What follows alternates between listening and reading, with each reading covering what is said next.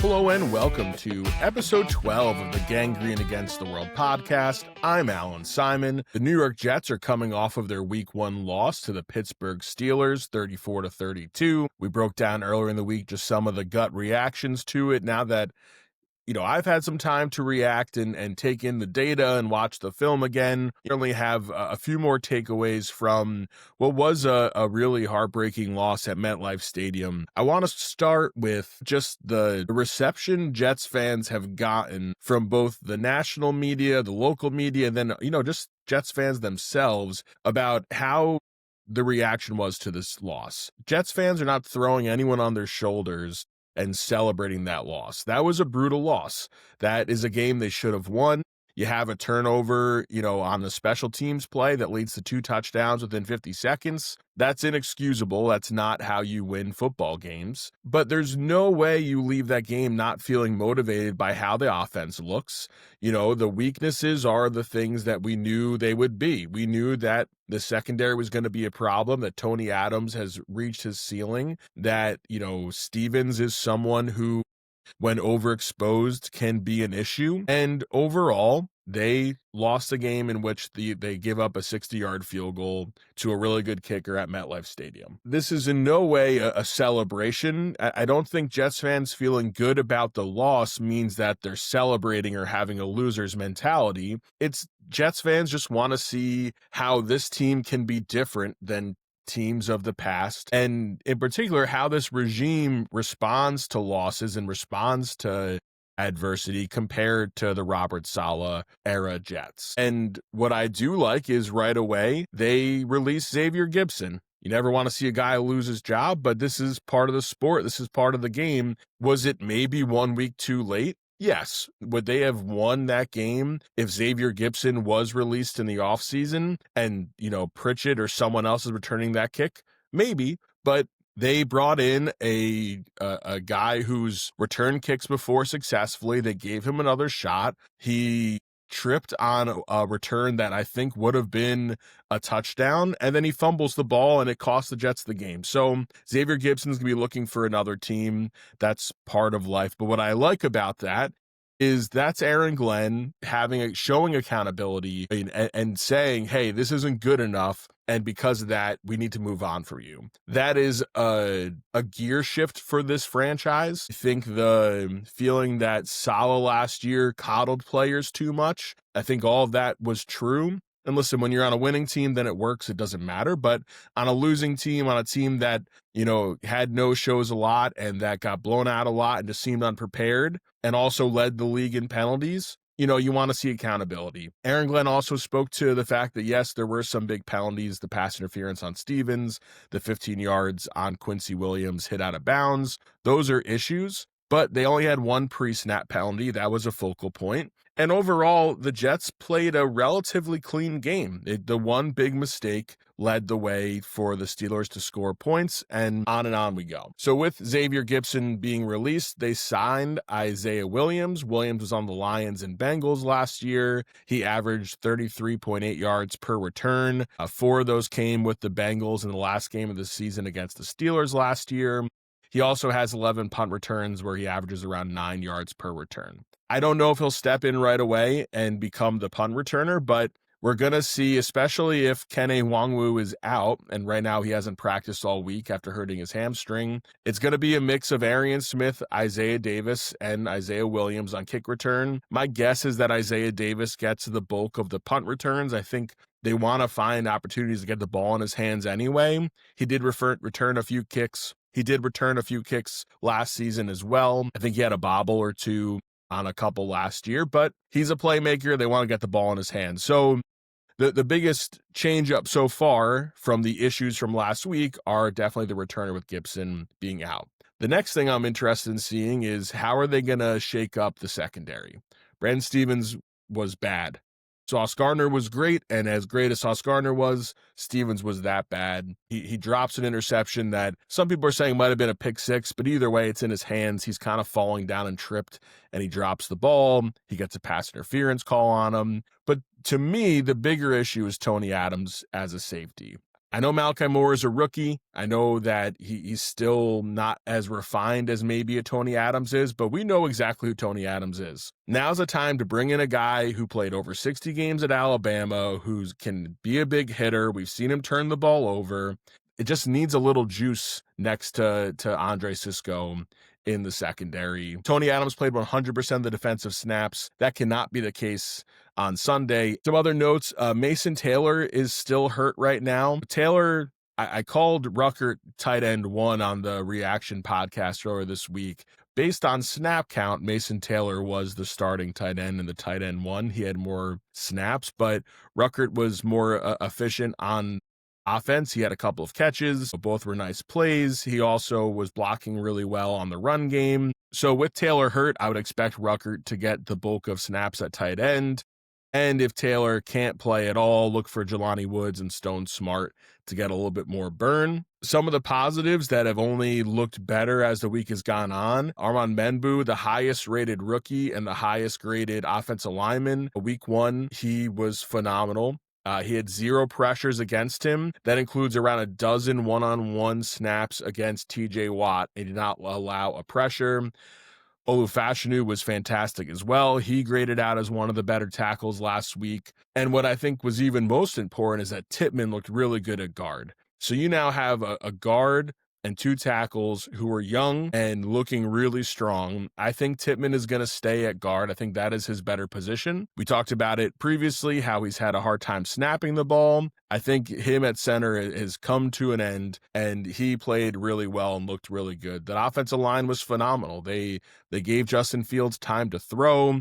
They had enormous holds for Breece Hall to be aggressive and to burst out big runs. The line was really good, and they need to be really good again against the Bills if they have any chance of winning this game, because Breece was electric, and they need him to have another type of game that he did against the Steelers if they have any shot against the Bills. This once again has to be 30 plus carries for this offense.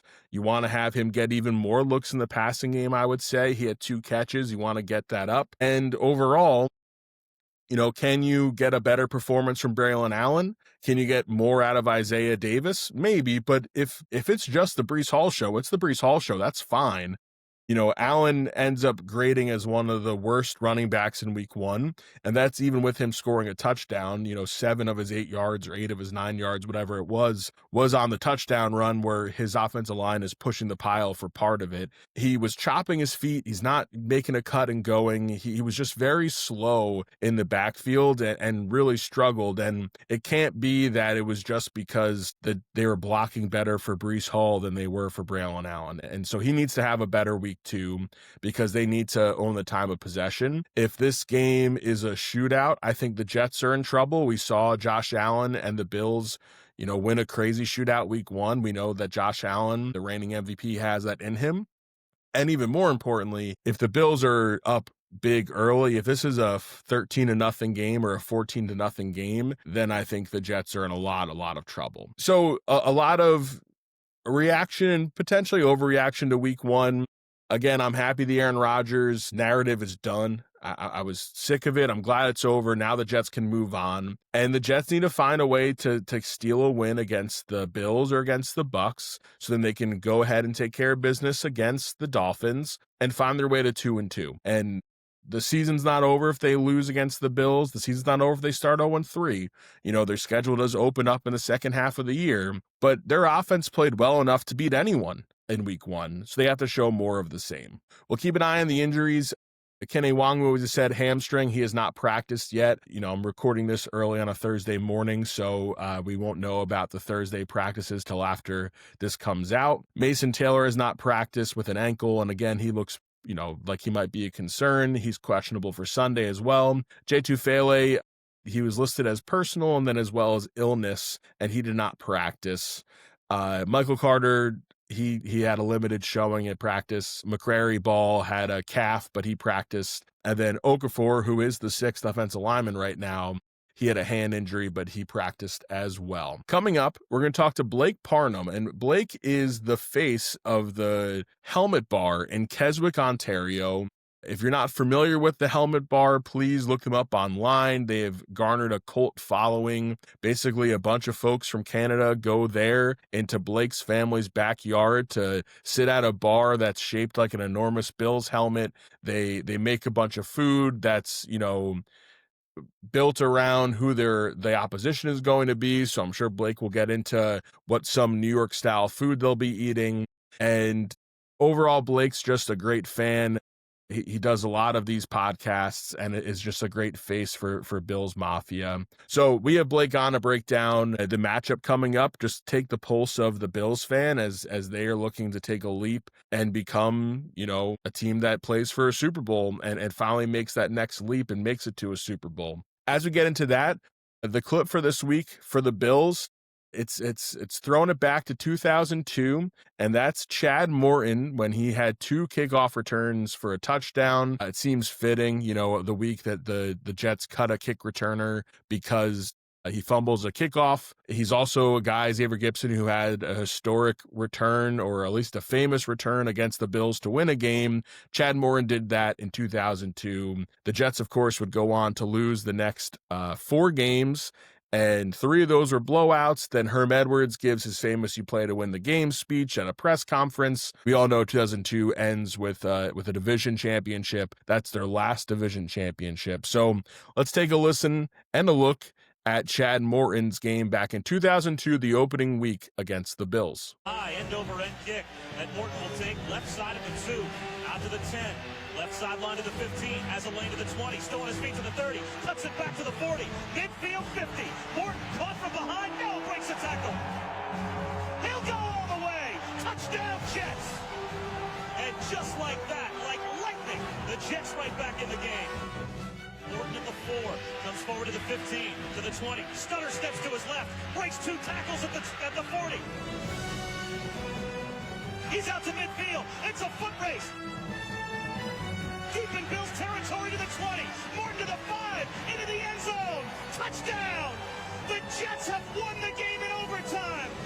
What an opening win for the Jets. Welcome back to the Gangrene Against the World podcast. I'm Allan Simon. We have a really exciting guest this week on the podcast. As we all know, every week we want to get the perspective from the opposing team as we see who the Jets are up against each week. Obviously, a big divisional matchup against the Bills.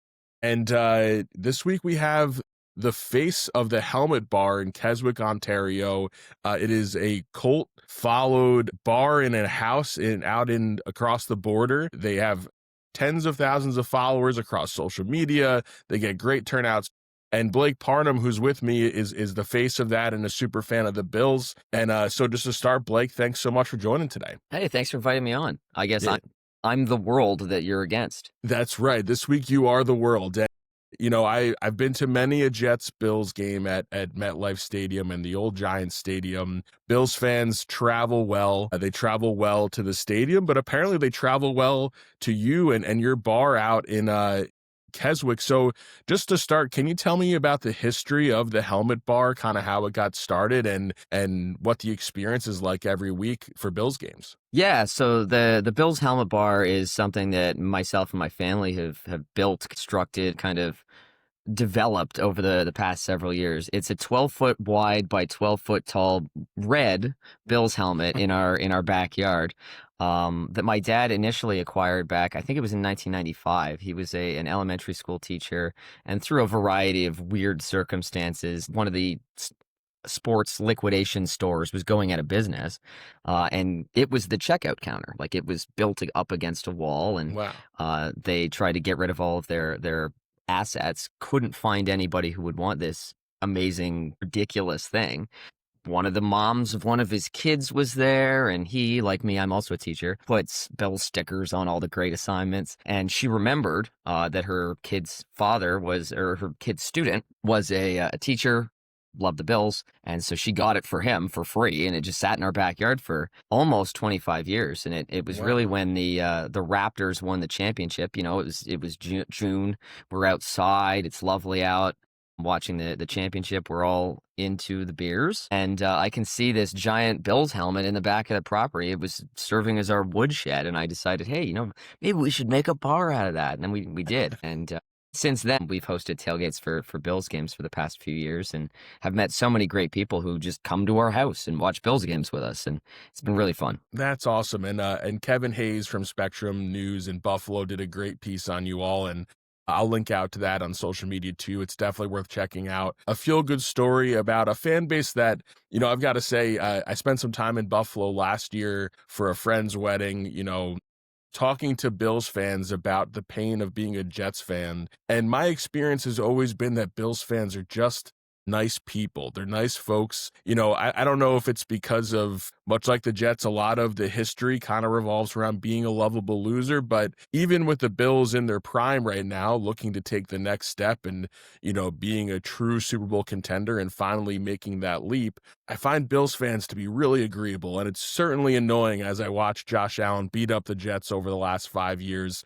Can you just characterize, first off, the Bills fans who come to your place to watch games? I know they travel a really long way to get there, but what's just the sense of the folks who are Bills fans and what it's like to be a Bills fan? Yeah, so most people who come here live in Canada. Most people are Canadian like us. The first gentleman reached out to us during COVID and said, "Hey, I haven't missed a Bills game in 18 years. Home or away. And I get it. COVID's a thing. There's shutdowns and lockdowns and stuff like that. But he's like, I want to come and watch the Bills game with you guys. Like, can I do that?" And it was a week 1 game against the Jets. And at that time, it was, is Darnold going to take the step? Is Josh going to take the step? And we were kind of nervous for that game. But we a family just had a meeting and went, okay, this is objectively weird. Like, some guy wants to come to our house.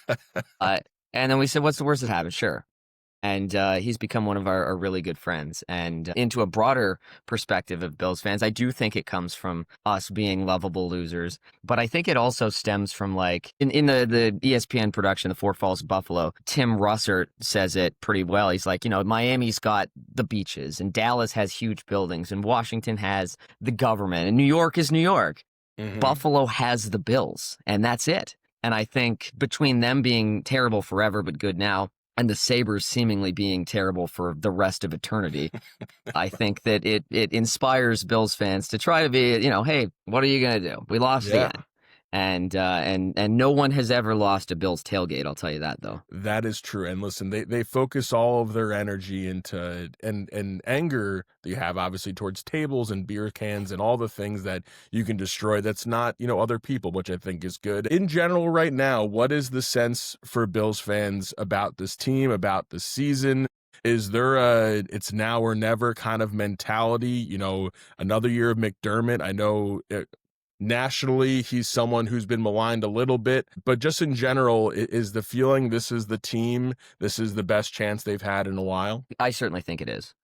I think that they've timed it out really well with mitigating dead cap and building a really good roster for the last year of the old stadium and the first year of the new stadium. It's these 2 years, in my opinion. And yeah, McDermott has been maligned, specifically nationally. I think a lot of it's unfair. 13 seconds is fair. Totally. But Sure. Beyond that, I think that narrative lingers. The fact that he's a defensive-minded head coach in a league of offensive gurus speaks to that as well. But I think this is the best roster that they've produced under the McDermott and Brandon Beane regime. I really do. I think that the weapons are better than they've been in the past, even with a lack of Stephon Diggs. Our defense is extremely suspect, but we're relying on 2 rookie defensive tackles that have a high pedigree, but are rookies and got, torched on the ground last week. And our safeties are something to be concerned about. But this is a world where the rest of the AFC seems beatable. The boogeyman Chiefs didn't look great, and they have the Eagles this week. The Ravens should have won that game, and I still think the Ravens are a better team than the Bills. But hey, 1-0 is 1-0, and yeah, we'll see what happens. But I do think that this is a year that step needs to be taken, and I think it might be. Yeah, and the division has been not a cakewalk for the Bills, but they've owned it solidly. We're at 5 division titles in a row. This division is not good. The Jets are hopefully an up-and-coming team, but we know to not believe it till we see it with the Jets. Miami seems to be a place where they could have the first coaching change. And although New England, everyone, including me, felt New England would take a step up, obviously week 1, they kind of fall on their face. But the rest of the conference does seem ready to be had. The Chiefs always seem to figure it out no matter how bad they look, and I expect them to start off 0-2 and struggle against the Eagles. But in terms of this offense, talk about the skill players around Josh Allen. Do they have the kind of weapons they need in order to finally put together a championship caliber offense in the playoffs too? I think so. I think that this offense was objectively 3 points away from overtime in the AFC Championship game and a touchdown away from going to the Super Bowl. A Super Bowl that I think they probably would have been smashed in just like the Chiefs. But, hey, I think that Josh Palmer is better than last year's Amari Cooper. I think last year's Amari Cooper had lost a step. And more importantly, I think Keon Coleman this year is far better than Keon Coleman last year. He looked like a legitimate wide receiver one against the Ravens. Whether that's the Ravens secondary or whether that's Keon's jump, we'll find out maybe on the weekend if he has to go against Sauce Gardner and gets held up, which I do think might happen. We'll contextualize it there. But I think more important than either of those is the development of former first-round tight end Dalton Kincaid. He's been hurt a little bit, but the reason why, in my opinion, he hasn't been able to stay on the field is because he genuinely didn't know how to block. And you can't have a tight end on the field, specifically a tight end 2, when you've got Dawson Knox who can't block. And there were a few times against the Ravens where we ran pull plays and pitch plays where he's out there lead blocking and handling a corner or a safety or a nickelback. And I think that that's going to keep him on the field to do really, really special Travis Kelce-esque things at the tight end position. And Cook is Cook. Our backfield is our backfield. Josh is the MVP. And I think that the weapons on offense will be able to score. And I think they're going to need to score with the way that our defense held up against a really good running team. And now that we're playing against a really good running team, we'll see. Yeah, I mean, the key to this game with the Jets is going to be, can they rush the ball 35, 37 times? Can they win time of possession? Really do everything they did against the Steelers except have a special teams turnover and, be really leaky in the secondary. And a high-scoring game, I think, would scare Jets fans because no one wants to go toe-to-toe with Josh Allen at the end of a game. He's proven that he can win those types of games. But in the secondary, where the Jets have a weaker wide receiver core outside of Garrett Wilson, what do you see the Bills' approach being in this game? Are they just going to be stacking the box and trying to take away the run, or based on how they looked against the Ravens, what adjustments do you expect from the team? As scary as it sounds to give up 40 points, I think they're going to run back the same game plan. I think that we said it at the tailgate out back on Sunday. I think the Jets are the Temu Ravens, and that's not an affront to the Jets. Justin Fields is escapable. He's not as accurate as Lamar Jackson because Lamar Jackson is a two-time MVP, and Breece Hall is not Derrick Henry, but he's a really good running back. So I think the Bills have almost always gone base nickel with Taron Johnson, their nickel back, who's very, very talented. Many times on Sunday, they ran a base 4-3 with Matt Milano and Dorian Williams outside and Terrell Bernard being their middle linebacker. I think they're going to do that a lot on early downs to try to mitigate the running game. You mentioned the secondary and how the Jets secondary was leaky. Our secondary is quite leaky. Christian Benford is a very, very good corner number 1. We are starting a 6th round rookie on the other side of him in Dorian Strong, who was not targeted. There's no evaluation. He gave up 0 passes on 0 attempts. Our safeties are slow and weak. And I think that we're going to try to make it so that Justin Fields wins or loses the game. And that's going to be an interesting proposition for you to probably hear as a Jets fan, but I think that that's what we're going to try to do defensively. Yeah, I mean, over the last 18 starts now for Justin Fields, he's been a top 15, somewhere between 12 and 15 quarterback. His numbers have been good. He graded out really well last week. And for me, which was exciting, and I'm curious to see how it goes against a younger, vulnerable secondary, he's throwing in tight windows with a lot of zip. It's something, honestly, that we didn't see from Aaron Rodgers last year, where he's not making the aggressive laser throws down the middle of the field. And overall, when the Jets have had success against the Bills, which they've had some against Josh Allen at MetLife Stadium, it's been their ability to turn him over and been his ability to keep him scrambling but not being too aggressive on the run. Is this a game where you see Josh taking off and running a lot? Is this, do you think he has any feelings about playing in MetLife? Is that a storyline at all that he has turned the ball over quite a bit? Or is this just, hey, Josh Allen, just be your MVP self and we'll make it work? I think that the beginning of the game against the Ravens, we expected pressure, and that's why you saw a bunch of little swing passes and screens and pitches and to try to get the ball out of Josh's hands fast. Our offensive line is very good, and I think that if they can handle a very good defensive line, we're going to be fine. If they can't, then I can see that happening. I can see Josh scrambling, trying to make things work. And yeah, as you said, the success that the Jets have had, and there's been plenty at MetLife, that really weird, nice day a couple years ago where they lost on that deep ball that probably should have been caught, and then of course the Monday nighter. Yeah, whatever. But yeah, I think that's obviously going to be a focus for the Jets to try to get those turnovers, and hopefully is a focus for our offensive game plan to mitigate the crazy plays that inevitably happen when Josh has to really push. Yeah. So you mentioned this at the beginning. There are changes happening with the Bills home, and this is the last season rather, at the Ralph. And what's the feeling from Bills fans? Is it just pure excitement? The new stadium looks incredible. Or is there, any sadness about the end of this run? Or just walk me through what Bills fans think about having a new home coming their way. Oh, I think there's a ton of nostalgia around the Ralph. I mean, it's not a great place, but it's ours. And whenever that happens, you'd move out of a house that is a dump, but it's your house. It kind of sucks. So there's certainly nostalgia. In the summertime, they do training camp in Rochester, but the Bills always do one training camp day or evening at the stadium in Buffalo. So the team reached out, thankfully, and offered, the tickets are free, but they gave us some. And Nice. So I took my dad, and we sat, everybody's down low trying to get a glimpse of Josh. We sat in the nosebleeds in his seasons that he used to have until 2006 when his season ticket partner died. So that was a really cool nostalgic moment for us to kind of relive all the memories that he had taken through that stadium and that I grew up in. So I think that's going to happen to a lot of Bills fans as well throughout the season. But there is certainly excitement about the next one. It is looking amazing. It's apparently built like with very sides so that the fans kind of feel like they're on top of the stadium or on top of the grass, which is actual grass, not turf, which is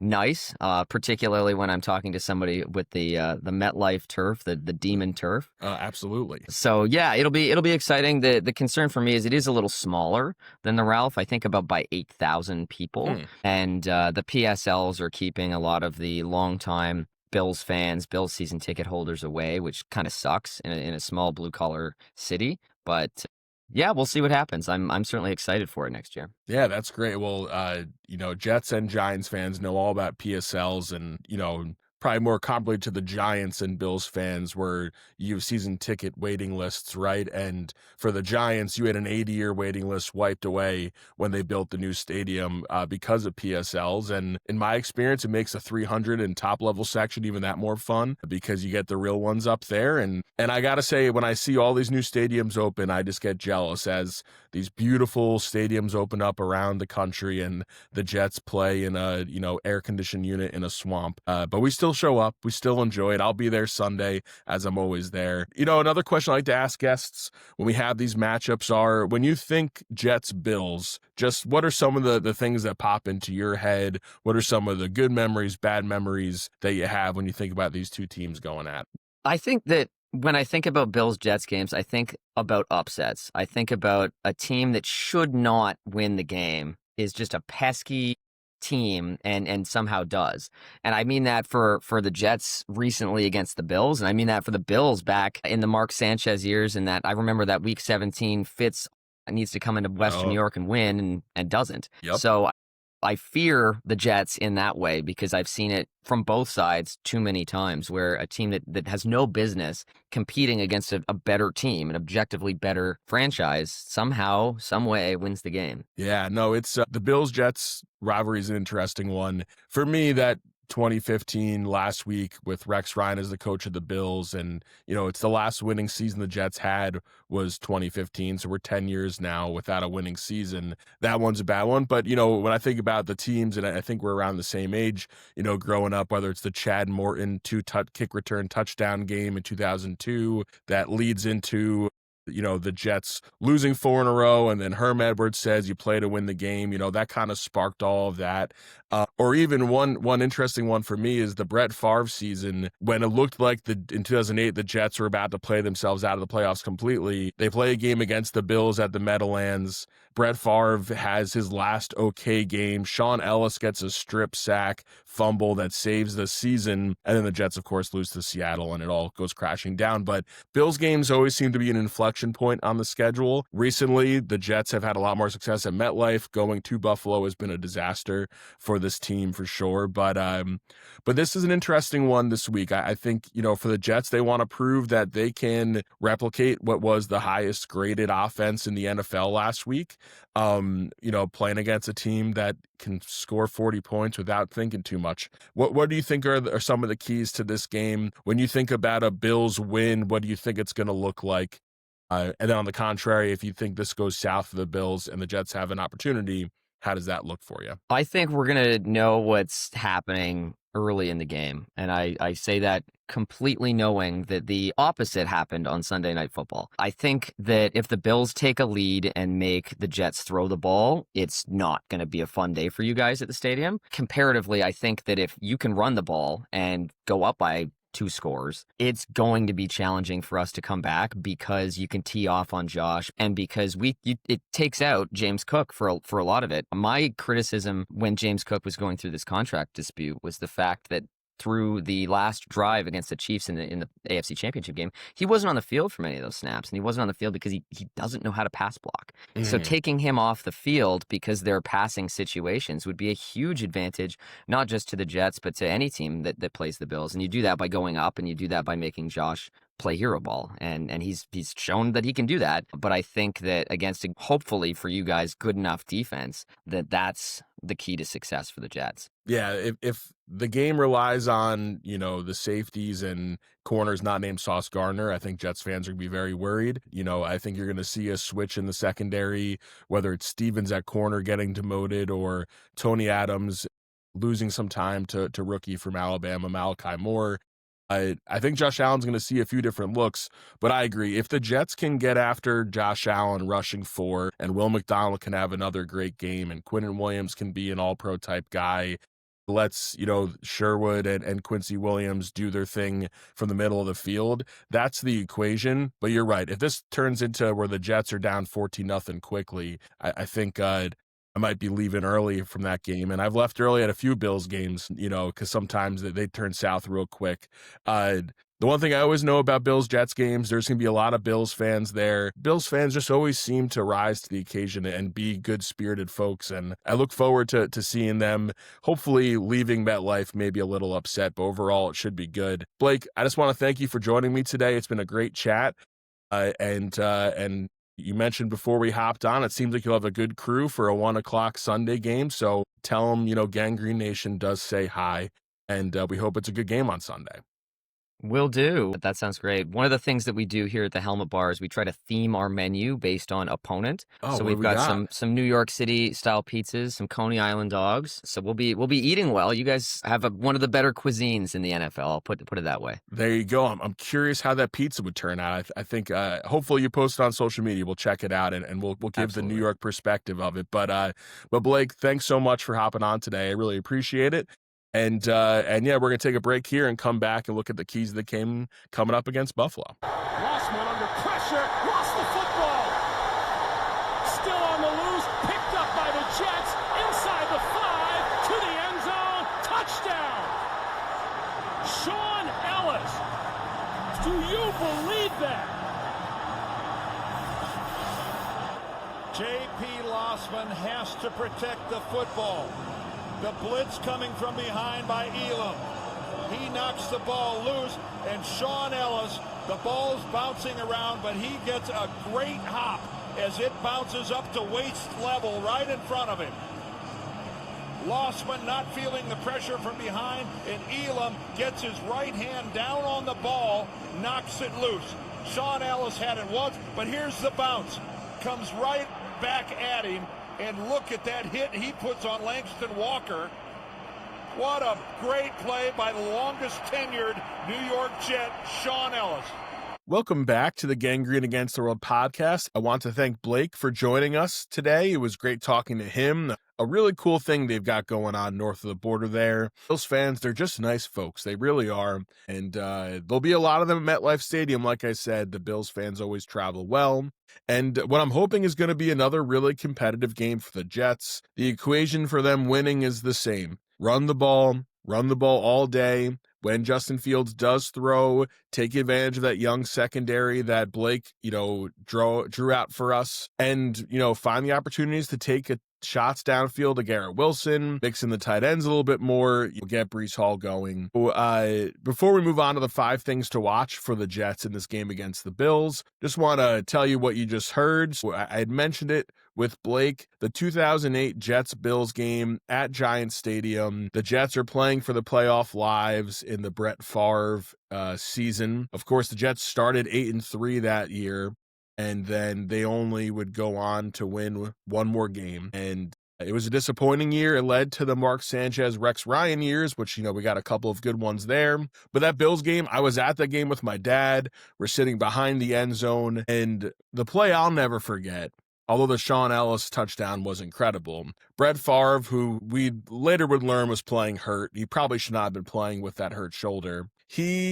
They're at like the 15-yard line, maybe 20-yard line. He does a naked boot, very similar to what Justin Fields scored on, and there is no one within 35 yards of him. I mean, he is running with the ball by himself like he is playing on a different field, and he only has 20 yards, maybe 15 yards to go. And I've never seen a man run so slowly in my entire life. And he gets tackled. That was the moment I realized, Brett Favre was what I thought was washed. He looked like a broken player. He, of course, would go on to a championship game with the Vikings the next year, but that really symbolized the struggle that was the end of that season for the Jets. That game is essentially over. The Bills just have to run out the clock in that game. They instead drop back to pass, and Jason Elam gets a fumble. Sean Ellis, as we heard, he was the longest tenured Jet. He was a great Jet. He rumbles for a touchdown. The place goes insane. It's one of my favorite celebrations I've had as a Jets fan at the stadium. They then, of course, would no-show against the Seahawks and only put up 3 points the next week, effectively eliminating them for the playoffs. They would lose against the Dolphins in the last week, and so went the Brett Favre era. But a lot of great Jets-Bills moments, a lot of interesting ones. We didn't even play anything about Aaron Rodgers tearing his Achilles. It feels, too recent and too painful. Here we are, Jets-Bills week 2 of the 2025 season. So the 5 things to watch for this Jets-Bills game coming up at MetLife Stadium, 1 o'clock. Number 5, kick return game. Very simple. Xavier Gibson no longer on the team. I say let Arian Smith and Isaiah Davis rip. Let Davis return some punts. Give them both a shot on kick returns, obviously. And these are 2 young playmakers. Give them an opportunity to make a difference in these games as long as they don't turn over the ball. No more special teams turnovers. For punt returns, a great play might just be throwing your hand up in the air and catching the ball, and that's it. Number 4, I want to see more than 2 receptions for Breece Hall this game. He needs to have 5 to 8 targets. He just looks so good right now. There's no reason to not feed him the ball as often as possible. Number 3, the secondary. It's simple. Malachi Moore needs to play. Tony Adams cannot play 100% of the defensive snaps this game. Can Cisco keep guys in front of him? Sauce Gardner did travel with DK Metcalf a little bit in the game week 1. Will he travel with Keon Coleman, or will Coleman be able to feast on Stevens? The secondary is a little bit of a mess right now. It is certainly the weakest part of that defense, and they need to put together a much stronger showing against a team that scored over 40 points against the Ravens. The Ravens also don't have a great secondary. Number 2, speaking of bad secondaries, Justin Fields has to feast off of this one. I want to see him running the ball effectively again and throw the ball downfield, replicate basically what he had week 1. He was able to pick apart that defense because of the good showing from the offensive line. They are not facing a pass rush that is as daunting as the Steelers showed last week, so they should be able to have another good performance, and Justin Fields needs to play mistake-free football. And the number one thing, it's very simple. You are playing the reigning MVP, Josh Allen. Josh Allen in his career against the Jets is 9-4. Really, he's 9-3. In 2019, he only played a few possessions and then was getting a rest because the Bills were already locked into the playoffs. So in the 3 losses where he's played the full game, he has 1 touchdown and 7 interceptions, and he's sacked 13 times. In the wins, he has 9 wins. He's only sacked 14 times across those 9 wins, 15 touchdowns, 4 picks. You got to get after him. This front four needs to be aggressive again. Will McDonald needs to be chasing him all around the field. Quinnen Williams needs to be making sacks. I want to see multiple Quincy Williams uppercut celebrations in this game. We see that Josh Allen can be dangerous when he's running around the backfield, but that's also when he can make a lot of mistakes. Find ways to turn the ball over, which they did not do against the Steelers, and continue to get pressures. You get 5 sacks on them again, and you make it so that they're scrambling behind the line of scrimmage. This is a good opportunity for the Jets to take this win. So, big opportunity for the Jets to even up at 1-1 against their divisional rival, against the Bills. Sunday, 1 o'clock, MetLife Stadium. I will be there. I have all of my bruises from my fall that I took, so I will make sure to take my time and be careful where I step when I step into my row. I'm looking forward to it. This has been episode 12 of the Gangrene Against the World podcast. I'm Allan Simon. Thank you so much for listening.